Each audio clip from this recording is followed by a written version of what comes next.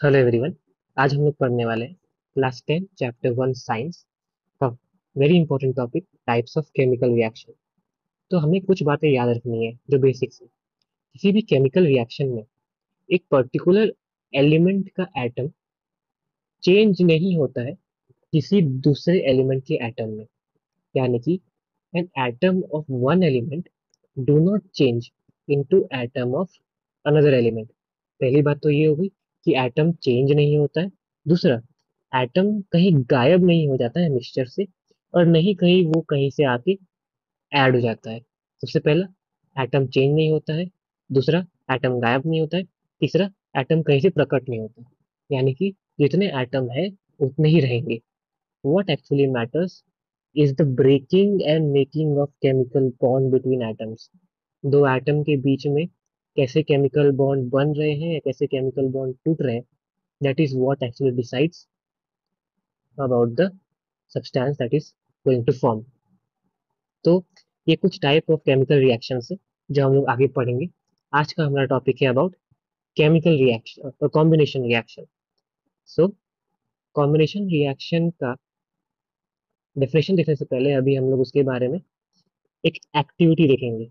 ये एक्टिविटी हमें कहता है to take a small amount of calcium oxide. Calcium oxide मतलब क्या? CaO।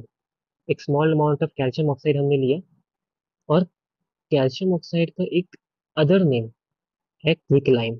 ये याद रखना, क्विक लाइम हम बोलते हैं कैल्शियम ऑक्साइड को। तो बहुत छोटे से अमाउंट में हमने एक बीकर में कैल्शियम ऑक्साइड या क्विक लाइम लिया, और उसमें बहुत स्लोली स्लोली पानी डाला। इसके बाद उस बीकर को टच करके देखा। Now taking this the help of this image, ये बीकर है, ठीक है। इस बीकर में हमने कैल्शियम ऑक्साइड डाला, उसके बाद स्लोली स्लोली वाटर डाला, और इस बीकर को हमने फिर टच किया। उसके बाद हम लोग क्या देखते हैं? Quick lime, it reacts with water to form slaked lime. Slaked lime लोग किसे बोलते हैं? कैल्शियम हाइड्रोक्साइड को हम लोग स्लेक्ट लाइम बोलते हैं। सो क्विक लाइम मतलब कैल्शियम हाइड्रोक्साइड, कैल्शियम ऑक्साइड, और स्लेक्ट लाइम मतलब कैल्शियम हाइड्रोक्साइड। जैसे ही ये दोनों रिएक्ट हुआ, it releases a lot of heat. Thus, this release of heat leads to the beaker becoming hot, and thus the temperature of the beaker rises। किसी भी अगर reaction में temperature rise हो रहा है, that means it is an exothermic reaction. और अगर किसी भी रिएक्शन में टेम्परेचर फॉल हो रहा है, then it is also known as endothermic reaction. हमने इस बीकर को टच करके देखा, तो ये गर्म लगा, तो इसे हम लोग बोल रहे हैं heat is release, it is an exothermic reaction. अगर इसी बीकर को टच करने के बाद हमें ठंडा ठंडा लगता है, that means heat is absorbed, that is it is an endothermic reaction. ठीक है। तो आगे वही लिखा हुआ है दैट कैल्शियम रिएक्ट्स विगरसली। एक बहुत ढीलू ढच्चू पच्चू रिएक्ट नहीं करता है, बहुत विगरसली रिएक्ट करता है वाटर के साथ to produce calcium hydroxide, which is also known as slaked lime, releases very large amount of heat। यहाँ तक देखने के बाद इस रिएक्शन में एक चीज है जो नोट करने वाली है। ये पहला रिएक्टेंट, ये दूसरा रिएक्टेंट, लेकिन प्रोडक्ट तो बना, वो तो एक ही प्रोडक्ट बना। हीट कोई प्रोडक्ट नहीं है। असली जो प्रोडक्ट बना एलिमेंट, वो तो एक ही एलिमेंट बना, दैट इज कैल्शियम हाइड्रोक्साइड। यही होता है कॉम्बिनेशन रिएक्शन का डेफिनेशन। एक सिंगल प्रोडक्ट का ही फॉर्मेशन होता है चाहे कितने भी रिएक्टेंट हो। सो अगर हम लोग यहाँ डेफिनेशन को कंसिडर करें, any reaction in which a single by product is formed from two or more reactants. किसी भी रिएक्शन में रिएक्टेंट दो हो या दो से ज्यादा हो, अगर एक ही प्रोडक्ट बन रहा है तो वो एक कॉम्बिनेशन रिएक्शन है। चलो, अब जो स्लेट लाइन हमने बना लिया, ये जो हमने स्लेट लाइन बनाया, इसका यूजेस क्या क्या है? सबसे पहला और सबसे important use, white washing of walls. Walls को एक शाइनी फिनिश देने में काम आता है।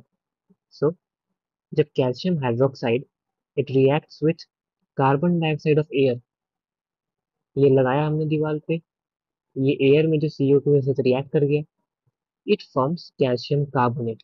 Ca मतलब कैल्शियम, CO3 मतलब carbonate, it forms calcium carbonate and water.